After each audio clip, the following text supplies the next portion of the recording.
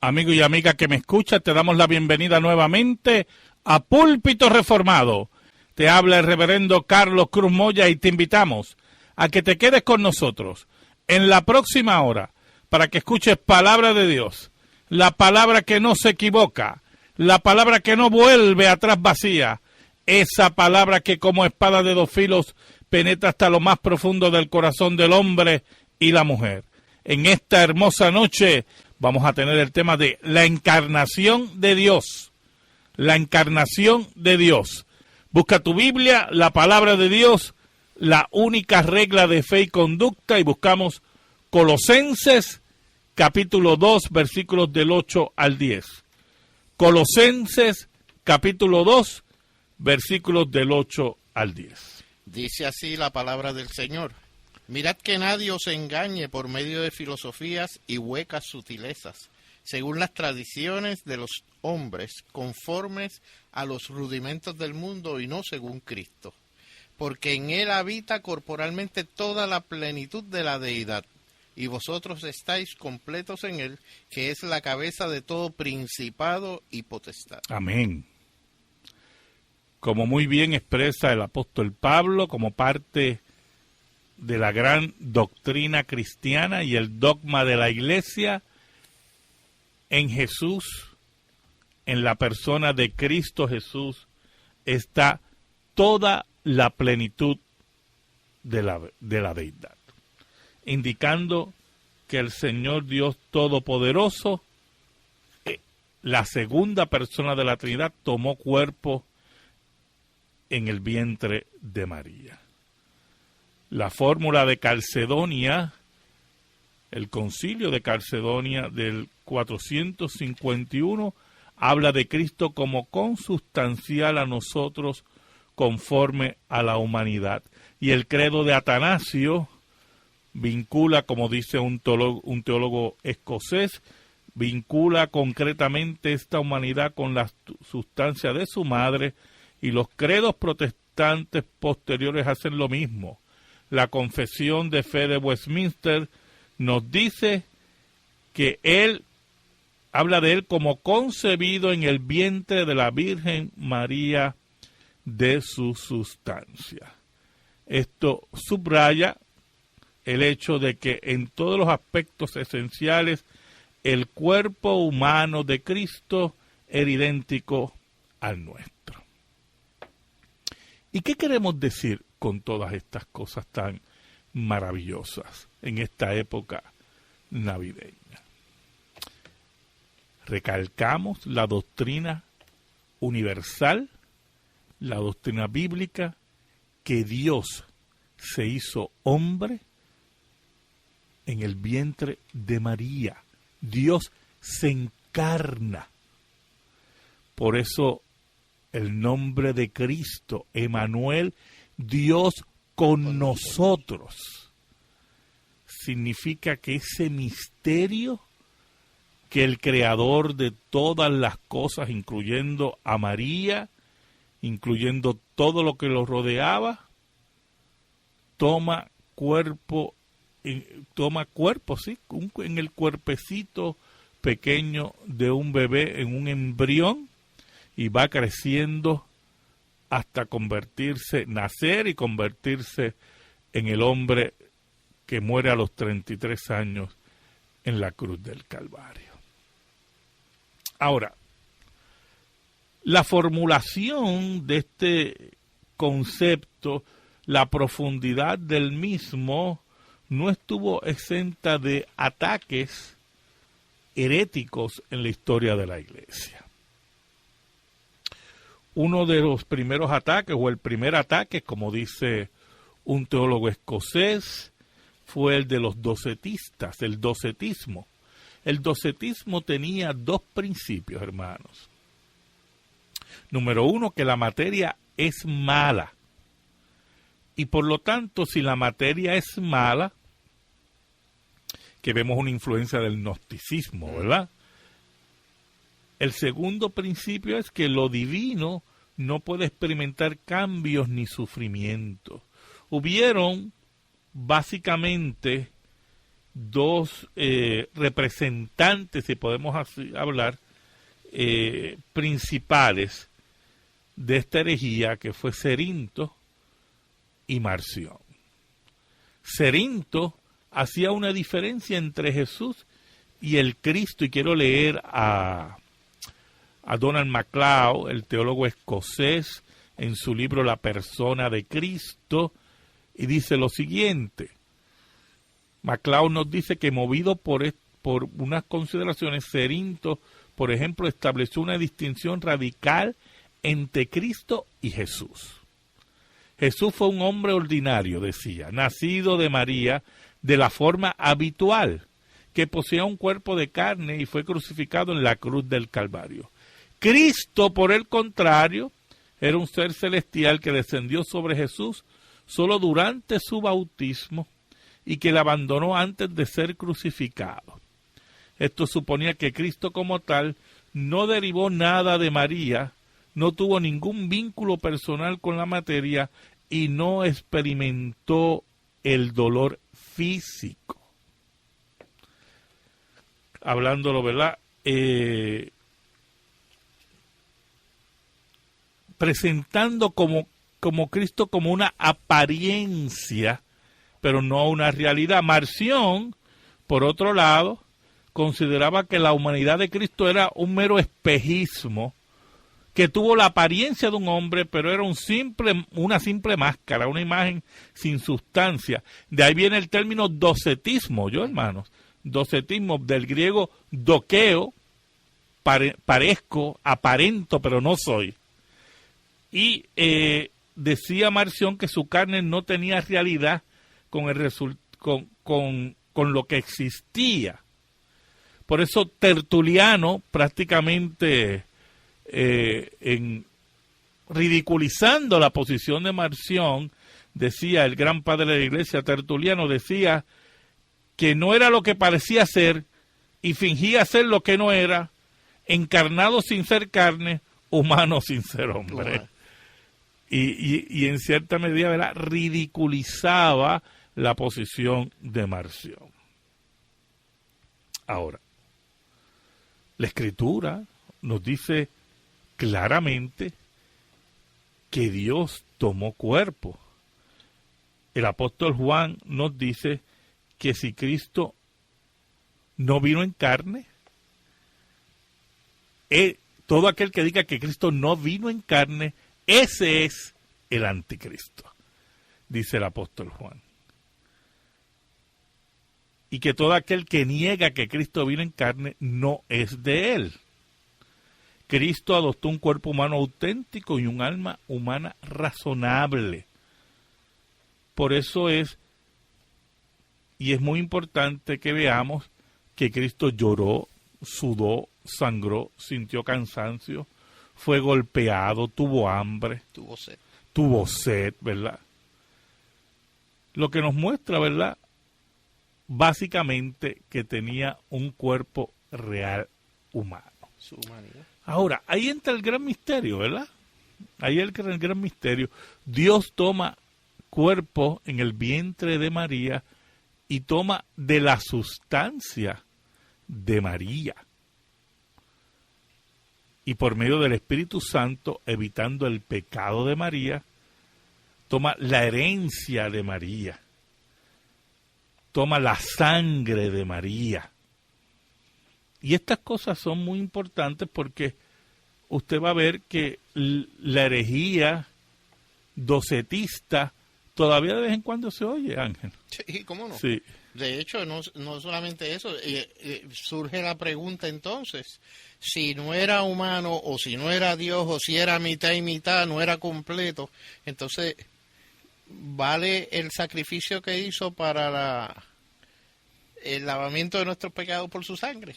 Así mismo es, porque si no es Dios, tomando cuerpo, no puede morir por algo de lo cual él no fue ofendido. Exacto, que él no fue, ¿verdad? O sea que cuando hablamos de que Cristo toma cuerpo, ¿verdad? En todos los aspectos esenciales, el cuerpo humano de Cristo era idéntico al nuestro, tenía la misma anatomía, la misma fisiología, la misma bioquímica, el mismo sistema nervioso central, el mismo código genético básico, pero la derivación de la sustancia de la Virgen también significa que ella, como madre, contribuyó a su hijo lo mismo que cualquier otra madre humana. Exacto. A su descendiente, exceptuando el pecado. Por eso la intervención del Espíritu Santo, ¿verdad? Por medio del cordón umbilical, él es este hombre particular, el hijo de esta madre concreta, el portador de toda la historia genética, y estoy leyendo del doctor MacLeod, de toda la historia genética previa al pueblo materno y al recipiente de innumerables rasgos hereditarios. Y ese es el gran misterio. Dios toma cuerpo en el vientre de María y toma de la sustancia de María y hereda de María los rasgos, ¿verdad? Característicos humanos. Característicos humanos. Y el Espíritu Santo lo protege del pecado original. Exacto, exacto. Por lo tanto, muchos en la historia de la Iglesia, al no poder bregar con esta verdad que en Cristo, como dice el apóstol Pablo, habita corporalmente toda la plenitud de la deidad, que así lo dice el apóstol Pablo, entonces creaban todas estas herejías. Y empezamos con el docetismo, ¿verdad? Apariencia de carne, pero no tenía carne. Otro error, un segundo error que se levantó fue el apolinarismo, de Apolinar. Y Apolinar decía que el Logos encarnado no poseía una mente humana. Al no poseer una mente humana, ¿verdad? Y un alma humana, pues dejó de ser ¿qué? Humano. Y al no ser humano, no tiene la doble naturaleza.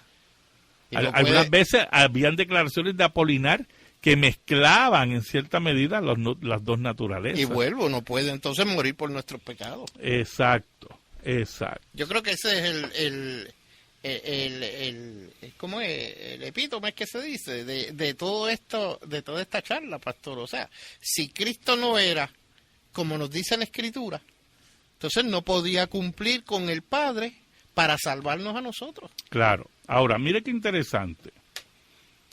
Un autor nos dice, y es interesante, ¿verdad?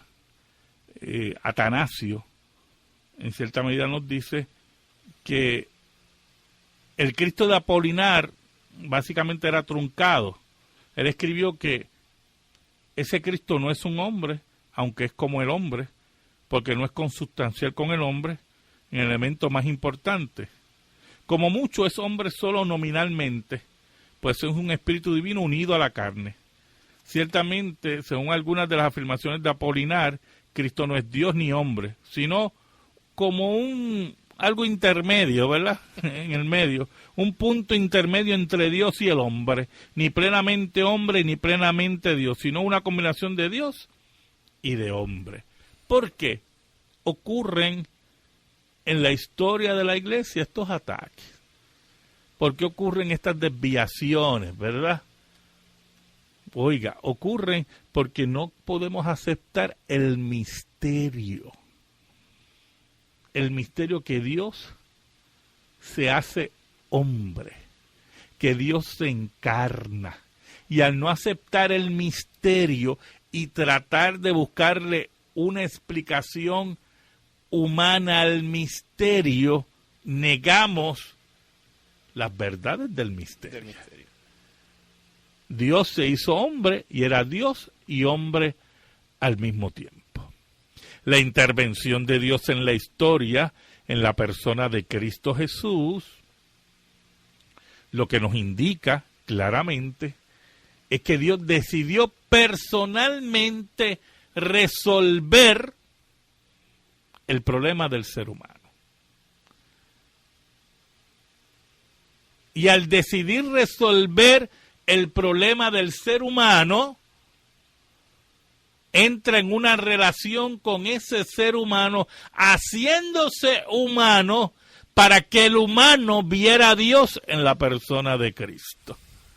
Por eso, Cuando Felipe le dice a Cristo, Señor, muéstranos al Padre y nos basta, Cristo dice, tanto tiempo he andado con vosotros y no me conocéis. El que me ha visto a mí, ha visto al Padre, porque Cristo es la encarnación de Dios, es la manifestación corporal de Dios, donde está toda la plenitud de la deidad, como dice el apóstol Pablo.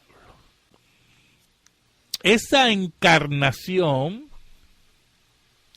que estaba en el propósito eterno de Dios y que la segunda persona de la Trinidad es el que se encarna, envuelve también unas verdades que nosotros conocemos hoy, pero que también están dentro, mire qué interesante, dentro también del misterio. ¿Y por qué están dentro del misterio? Pues mire, escuche lo siguiente, dice así un autor. Fue un genotipo único precisamente porque María aportó al menos la mitad de los cromosomas de Jesús. Nosotros sabemos hoy, ¿verdad?, que la madre aporta 23 cromosomas y el padre 23, y el padre tiene el cromosoma determinante del género, que es el Y, ¿verdad? Que es el Y, que establece el sexo, el género, ¿verdad? Por lo tanto, ¿cómo se aportó los otros 23 cromosomas y el determinante? Ahí está el misterio. Ahí tenemos un misterio. Tuvo que haber un acto milagroso. Lo que sí está claro, dice el autor, es que María por sí sola no podía haber aportado el cromosoma determinante del género Y, que siempre aporta el padre biológico. Este cromosoma como mínimo debió salir de una aportación milagrosa. Y es posible que todos los cromosomas derivados normalmente del padre surgieran de este modo, en una forma milagrosa. Este acto divino que fertilizó el óvulo al tiempo que creaba 23 cromosomas complementarios para los que aportaba la madre. Y gracias a lo que conocemos hoy, la cristología entonces se amplía, ¿verdad? Pero se amplía en una forma la cual no deja al lado al misterio, sino que afirma el misterio. Afirma y nos dice hasta dónde podemos llegar, sin negar que Cristo era un ser humano, sin negar que Cristo era hombre, sin negar que Cristo era parte de la sustancia humana de María, y al mismo tiempo se mantiene el misterio. Y de hecho, en épocas tan tempranas de los primeros siglos, pastor, en ese momento no se conocía nada de la tecnología y el desarrollo de todo esto que conocemos hoy en día. Y es interesante cómo la Iglesia define correctamente. Y manejó toda esa información, aún con la falta de información que nosotros disfrutamos hoy en día. Así mismo es. Hoy tenemos acceso a eso que ellos no lo tuvieron y sin embargo las definiciones fueron excelentes y claras. Oiga, qué cosa tremenda. Por eso no fueron definiciones estáticas, porque ahora mismo podemos aportar a esas definiciones gracias a los nuevos descubrimientos, ¿verdad?, de la genética y de lo que aportan, pero que al mismo tiempo usted ve que la Iglesia en sus definiciones dogmáticas basadas en la Escritura dejaron todo el tiempo, respetaban todo el tiempo el misterio. Y hoy, con todo el conocimiento que tenemos, todavía tenemos que respetar el misterio. Dios toma forma, esa es la Navidad. Dios toma forma humana en el vientre de María. El gran milagro de Belén, el gran milagro del pesebre, es que allí, entre pañales, rodeado de unos padres humanos, olvidados por el mundo, anunciado a unos tristes pastores, allí, en ese pesebre, estaba Dios. Tengo una pregunta del hermano Rafael de Río Piedra. que felicita el programa y dice, cuando mataron a Jesús, ¿mataron a Dios? Bueno, si usted quiere decir si mataron a Dios desde el punto de vista la naturaleza humana, sí, mataron a Dios. Así mismo es. Dios no puede morir, pero Cristo como ser humano y la naturaleza humana está unida a la divina eternamente. En un sentido, mataron a Dios. Dios fue crucificado en la cruz. Y en ese sentido, Cristo entregó su espíritu. O sea, que eso también es significativo en el sentido de que cuando muere, exacto. Se cuestiona hasta dónde lo mataron, cuando él fue quien entregó. Porque dentro del concepto teológico de la comunicación de los atributos, de las propiedades, lo que queremos decir es que en la comunicación de atributos, desde el punto de vista de la teología reformada, es que cuando usted habla de Cristo, habla de una unidad. Usted no adora al Cristo humano, usted adora a Cristo como Dios hombre. En ese sentido, cuando Cristo muere en la cruz, muere Dios, sabiendo, ¿verdad? El Dios hombre muere, pero que no se pierde control de nada, porque en el gran misterio Dios nunca podrá morir. Exacto. Por eso es que Lutero decía, interesante, Lutero decía que cuando Cristo dijo, Dios mío, ¿por qué me has desamparado? Martín Lutero decía, no entiendo, Dios abandonó a Dios en ese gran misterio. Tenemos otra pregunta aquí del hermano Jaime Medina de Ponce, un saludo. ¿Es correcto decir que María es madre de Dios en el sentido de que llevó en el vientre a Dios? Sí, en ese sentido se podría decir, más nada. No se puede sacar más conclusiones que esa, que llevó en su vientre a Dios hombre. Claro que sí, más nada. Cuando se sacan conclusiones fuera de eso, entonces caemos en la mariología. Exacto, en la mariología. Y ahí vienen las herejías, ¿verdad? En todas estas cosas. Tengo una pregunta del hermano Luis Frías, yo creo que es la segunda pregunta de él. ¿Cómo es posible que los nombres de la Biblia sean latinos y no hebreos? Bueno, porque la Biblia está, en la traducción que tenemos es español. Y lo que se hace es que se latinizan los nombres. Eso es así. Y eso ocurre si la Biblia fuera en ruso. Los nombres fueran en ruso. Si la Biblia fuera en portugués, los nombres fueran en portugués, latinos en ese caso también, ¿verdad? Eso es un proceso normal de traducción en ese sentido, ¿verdad? Siguiendo con el tema de la encarnación de Dios en ese gran misterio, otra de las herejías que surgió, aparte del docetismo y la doctrina del apolinarismo, surgió una muy famosa, que es el arrianismo. Arrio, ¿verdad? Arrio. Presbítero, fue prácticamente el creador de esta doctrina, que negaba la deidad de Cristo y decía que Cristo era creado por el Padre, una creación del Padre. El arrianismo fue una herejía muy poderosa que la Iglesia tuvo que combatir. Así como las primeras dos herejías que mencionamos negaban la naturaleza humana de Cristo, prácticamente, esta negaba la naturaleza divina, la deidad de Cristo. La deidad de Cristo. Volvemos a lo mismo. O sea, estas herejías se le hacía difícil bregar con los textos bíblicos, se le hacía difícil bregar con la tradición eclesiástica que ya los padres afirmaban la deidad de Cristo. O sea, cuando usted estudia a los padres de la Iglesia, usted va a notar que afirmaban la deidad de Cristo y se le hacía difícil concebir el Dios hombre, el concepto del Dios hombre. Y por lo tanto, al no saber concebirlo, al negar la labor dogmática de la Iglesia, basándose en la Escritura, porque la posición del protestantismo es que la labor dogmática de la Iglesia, que es la explicación de la doctrina, se tiene que basar exclusivamente en la Escritura, en la palabra de Dios. Al no entender, al negar la labor dogmática de la Iglesia, caían en esas herejías. Y el arrianismo fue una herejía muy poderosa que fue combatida por Atanasio. Y como dije anteriormente, negaba la deidad de Cristo. La deidad de Cristo. Pastor, es que se partía de la premisa equivocada que era lo que estaba leyendo en una introducción de uno de los libros de Agustín de Hipona. Entender para creer.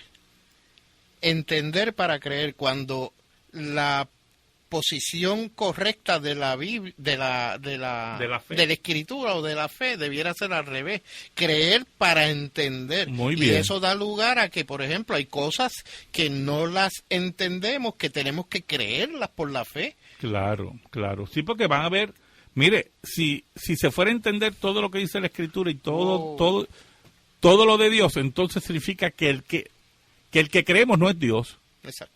O nosotros somos Dios. Pero lamentablemente, o como usted lo quiera definir, como usted lo quiera, ¿verdad? Presentar, hay un área que es el misterio de Dios, lo que llamaba Martín Lutero el Dios oculto. El Dios oculto. Porque Dios es el Dios verdadero y nosotros no tenemos, ¿verdad? ¿Dónde abarcar? Yo siempre parto de una premisa en términos de que en la palabra del Señor, en la palabra, en la Biblia, está expresado lo que Dios siempre ha querido que el ser humano entienda y conozca. Aquellas cosas que no están ahí, oiga, no le busque, como es la quinta pata al gato, hablando así en el slang. Así mismo es, o sea, no hay que buscar más allá de lo que Dios ha revelado. Dios ha revelado. Dios ha revelado, ¿sabe? Y eso es lo que vemos. Y no queremos aceptar el misterio. No queremos aceptar que hay cosas de Dios que solamente el Espíritu de Dios entiende, porque la Biblia dice que el Espíritu de Dios es el que escudriña a Dios, que sabe de Dios. Y lo que sabemos de Dios es porque Él ha querido revelarlo. Exacto. Y lo que sabemos de Dios, que es parcial, está correcto. Eso no significa, y esto es muy importante, que porque usted tenga un conocimiento parcial de Dios, ¿verdad? Parcial de Dios, que usted tenga un conocimiento parcial de Dios, escuche, su conocimiento no sea correcto. Porque mire, yo tengo un conocimiento parcial de mi automóvil. Porque hay cosas de mi automóvil que yo no la conozco, pero no significa que el conocimiento que yo tengo es equivocado. Yo tengo el conocimiento necesario de mi automóvil, porque yo no soy mecánico. Para usarlo y transportarse. Exacto. Pero no lo sé todo. Hay muchas cosas que yo no conozco cómo funcionan de mi automóvil. Pero lo que conozco es correcto. Así ocurre con Dios. Y es suficiente. Claro, y es suficiente, ¿verdad? Así que eso tiene que estar siempre bien claro. Yo tengo una pregunta aquí. Y voy a interrumpir el programa porque esta pregunta es muy interesante. Hermano Josué Rivera pregunta que si en la cena del Señor es correcto utilizar, creo que es la hostia que utiliza la iglesia tradicional. Hermano, ¿qué nosotros llamamos por hostia? Porque la verdad es que si es pan sin levadura, yo no veo ningún problema con eso, porque que yo sepa, la iglesia católica no se inventó el pan sin levadura, ¿oyó? Que yo sepa, ¿verdad? La iglesia católica romana no fue la que se inventó el pan sin levadura. Así que no importa, después que sea pan sin levadura, aquellos que quieran usar pan sin levadura, ¿verdad? No importa la forma que tenga. No importa la forma que tenga. El tamaño. Sí, porque la verdad es que no vemos ningún problema con eso. Lo mismo ocurre con instrumentos musicales. Hay iglesias que no usan ciertos instrumentos musicales, que yo puedo entenderlo porque hay ciertos instrumentos musicales que no son para la adoración, porque es tanto ruido acapara que quita lo que es la adoración, la meditación. Distrae.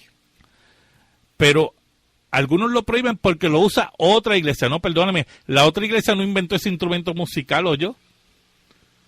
No sé, una iglesia no se puede adueñar de un instrumento musical como si fuera característico de esa iglesia. Ellos no crearon ese instrumento musical.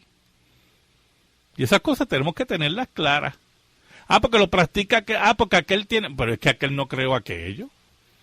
Hermano, es usted que le está dando el poder que no tiene. En ese concepto de la encarnación de Dios, vemos las manifestaciones, vemos que hay unos misterios que nosotros solamente podemos sondear, ¿verdad? Sus bordes, ¿verdad? Jesucristo experimentó un crecimiento en conocimiento, dice la Biblia, como ser humano. Como ser humano. Y Cristo, mire, Cristo cuando quiso alimentar a 5,000 personas, multiplicó ¿qué? Los panes y los peces. Pero Cristo pasó hambre y pasó sed. Y Cristo no podía que le bajaran agua del cielo o le trajeran pan. Mire, hermano, podía. Pero esa no era la forma de funcionar de Dios. Porque Él estaba sujeto a su Padre. Él no estaba con espectáculos, ¿verdad? Como otros por ahí, que dicen que tienen un espectáculo y no lo tienen, ¿verdad? Cristo estaba sujeto a su Padre y estaba sujeto a su humanidad. Tan es así que cuando se perdió en el templo y lo encontraron en los asuntos de mi Padre, y aparte de eso, luego nos dice para terminar la pericopa que Él se sujetó a sus padres. Así mismo es. Así que el cristianismo, y aquí me voy con una línea de colofón de nuestro tema, el cristianismo es la única religión que plantea que Dios tomó cuerpo en el vientre de una mujer y al mismo tiempo era hombre, Dios y hombre al mismo tiempo. Las religiones paganas lo que hablan son de semidioses y nacimientos por medio de relaciones sexuales con dioses promiscuos. Paganismo es eso. ¿Oyó? Basura paganista. Nadie tiene una narración tan hermosa como la del Nuevo Testamento. Dios se hace hombre. Y millares de ángeles anuncian lo que dice el pasaje bíblico, que os ha nacido hoy en la ciudad de Belén un Salvador, Jesucristo, el Hijo de Dios. Cuando hablamos de Cristo, hablamos del término ungido. Y por lo tanto, cuando Jesús irrumpe en la historia humana, es que se llama el Cristo, porque ha sido ungido por el Padre para ser rey, sacerdote y profeta, el heredero al trono de David. Antes de eso era el Verbo, después de la encarnación es Jesucristo, sin dejar ser el Verbo. ¡Wow! ¡Qué gran misterio! En esta hora del Señor, el cual es soberano sobre todas las cosas, que el Señor bendiga tu vida, el Señor bendiga tu familia y que la paz de Cristo esté siempre sobre tu hogar. Dios te bendiga.